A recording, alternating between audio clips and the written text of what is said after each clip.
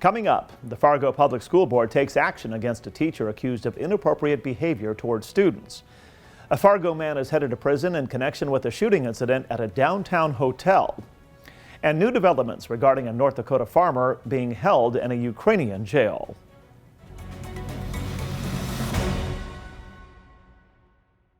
Hello and welcome to the Nightly Review. I'm Tom Tucker. We begin with a look at tonight's headlines, then a closer look, with comments tonight from Fargo Public School Board member Jennifer Benson talking about furries in the district. That's students in the district who identify as animals and act like animals while at school. And in tonight's one-on-one conversation, a talk with a new owner of the Hotel Donaldson about the future plans for the iconic landmark in downtown Fargo. But first, an English teacher at Fargo South High School has been suspended without pay for alleged inappropriate behavior towards students. Today, the school board took the action against Kevin Kennedy. He's accused of making unwanted physical contact with students and making inappropriate comments. The superintendent is recommending Kennedy be fired. A Fargo man is facing 3 years in prison for charges related to a shooting incident at a downtown hotel. It happened in November 2019 at the Radisson Blu on 5th Street North. Henry Aiken was convicted on charges of terrorizing, reckless endangerment, and unlawful possession of a firearm. He was acquitted on other charges, including attempted murder. One man is dead tonight after rolling his car into a water-filled ditch Monday night in Moorhead. It happened at 6:15 on I-94 at 34th Street. The car was left upside down in standing water. The driver, 72-year-old Stephen Ware of Fargo, was taken by ambulance to Sanford Health, where he later died. Also, an I-94 overpass in Fargo has been temporarily fixed after it was struck by a load on a big rig around 6:30 Monday night. The truck was towing a flatbed trailer loaded with an excavator. The excavator struck several girders on the concrete bridge near the 25th Street South exit. The truck driver was cited for hauling a load that violated height restrictions. The Fargo Fire Department says a kitchen fire started on a stovetop. The fire marshal says the blaze in an apartment in the 800 block of 42nd Street South broke out after a cardboard box went up in flames while sitting on top of the stove. No injuries reported, and a dog was rescued unharmed. With April declared Child Abuse Prevention Month, the reported number of child abuse cases in North Dakota is down. Actually, if you look at North Dakota recently came out with their new numbers. In fiscal year 21, the actual reported and confirmed cases were down a bit over fiscal year 2020. Executive Director of Prevent Child Abuse North Dakota, Dan Halverson, telling WDAY's Bonnie and Friends the numbers might be a bit misleading, considering children weren't out as much in 2021 in areas where abuse can be noticed and reported. The North Dakota farmer being held in a Ukrainian jail is now in a new location. Senator John Hoeven says Kurt Grosshans was recently moved from Kiev to Lviv. Hoeven and Senator Kevin Kramer have been working to get Grosshans to safety as the Russian military incursion continues in Ukraine. Grosshans has been jailed since November, accused of plotting to assassinate the country's then agriculture minister.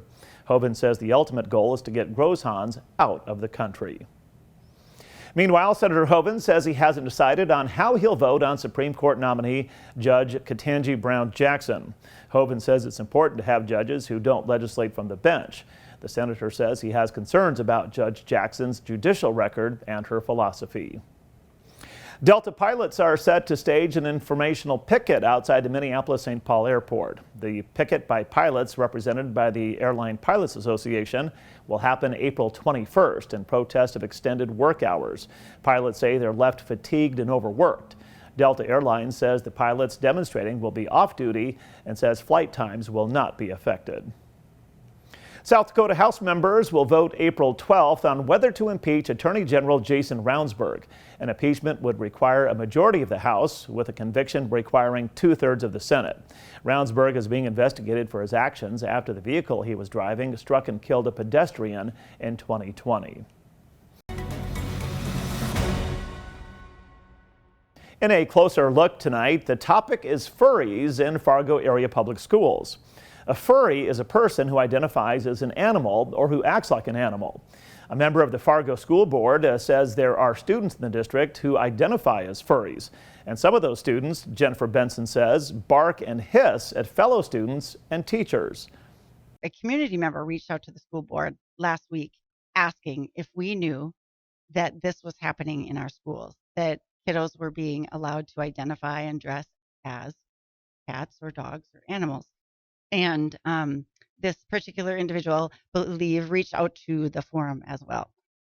Benson, while appearing on the Chris Berg Show on AM 1100 The Flag, said she has received reports from students and parents saying students are identifying as and dressing up as furries while attending classes in the district.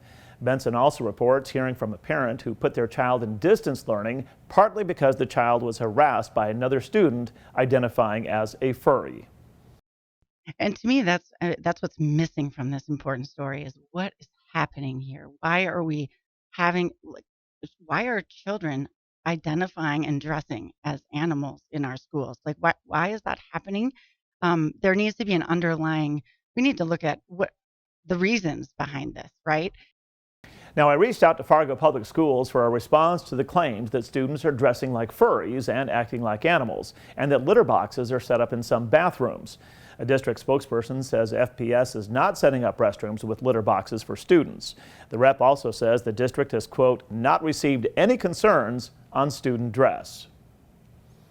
Time now to check in with meteorologist Justin Storm and the Skywatch Weather Center for a look at the forecast for tonight and tomorrow. Thanks, Tom. Throughout tonight, we'll see scattered rain showers turning over to wet snow. The wind will be picking up as well out of the north between 20 and 40 miles per hour. Now, for your Wednesday, plan on slippery roads with whiteout conditions possible. Wet snow mixed in with rain from time to time throughout the day, with northwest wind around 20 to 40 miles per hour and gusting as high as 60 miles per hour. A winter weather advisory is in effect for Wednesday until Thursday afternoon, as well as a high wind warning until Thursday evening. We'll see the snow showers winding down on Thursday afternoon, but it will remain windy.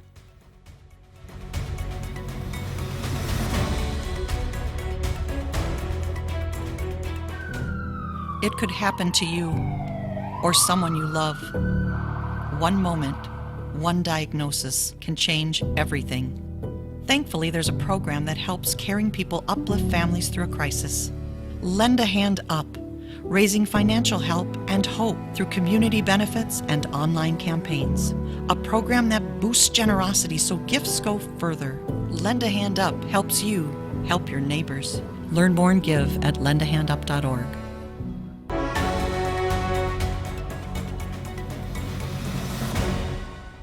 Welcome back. In tonight's one-on-one conversation, the new owner of the Hotel Donaldson in downtown Fargo is talking about his plans for the iconic landmark. Jim Poolman is the president and managing partner of Slante Holdings, who says the purchase of the building is a reflection of the confidence they have in the future of the downtown area. We're, like you said, we're very, very excited about it. And for me, it's almost a little personal. I was born and raised in Fargo, graduated from Fargo South High School, and so I'm a Fargo kid at heart. And so it's great for me personally to come and be part of the downtown business community in Fargo. But for us strategically, it's a great fit for us. We've been running Irish pubs and bars and restaurants for since 2009. And I think we've got a concept that works and that will fit really nicely in downtown Fargo, and especially in that building. That restaurant and bar in that particular corner hasn't been operating for 2 years. So I think it's going to be very exciting to see that corner vibrant and operating and bringing people into downtown Fargo. Now, Jim, you and your business partners own Blarney Stone Pubs. Am I correct in understanding that you have pubs at 2 locations in North Dakota and 1 in South Dakota? And we started in Bismarck in 2009. That's where we opened up, and then West Fargo about 5 years after that, and a couple years after that in Sioux Falls. And so we're sort of expanding with the acquisition of the Hodo, and look to put a Blarney Stone pub on that main floor. The 17-room hotel has quite a history. Talk about what makes it special or unique. The building was originally built in the 1800s, and so it's got wonderful history behind it. Karen Stoker from Fargo redid the building from top to bottom. I think about 15, 17 years ago, and she did such a wonderful job, and in my opinion, really kind of started the renaissance of downtown Fargo. And with the money and the vision that she put into that building, Like you said, there are 17 rooms in that building, in that hotel, and every one of them is different, and every one of them features a different North Dakota artist.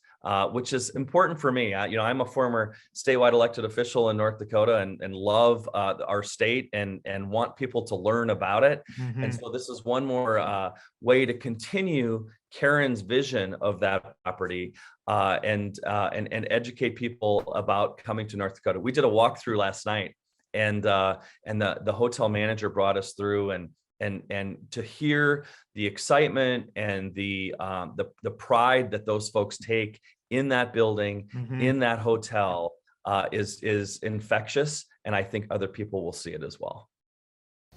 And my thanks to Jim Poolman, the president and managing partner of Slanche Holdings, the new owner of the Hotel Donaldson in downtown Fargo. Poolman wouldn't share the purchase price on the property, but says it was listed at $4 million, and he describes the purchase process as competitive. Well, that will do it for this Tuesday, April 5th, 2022. I'm Tom Tucker. Thanks for watching the Nightly Review.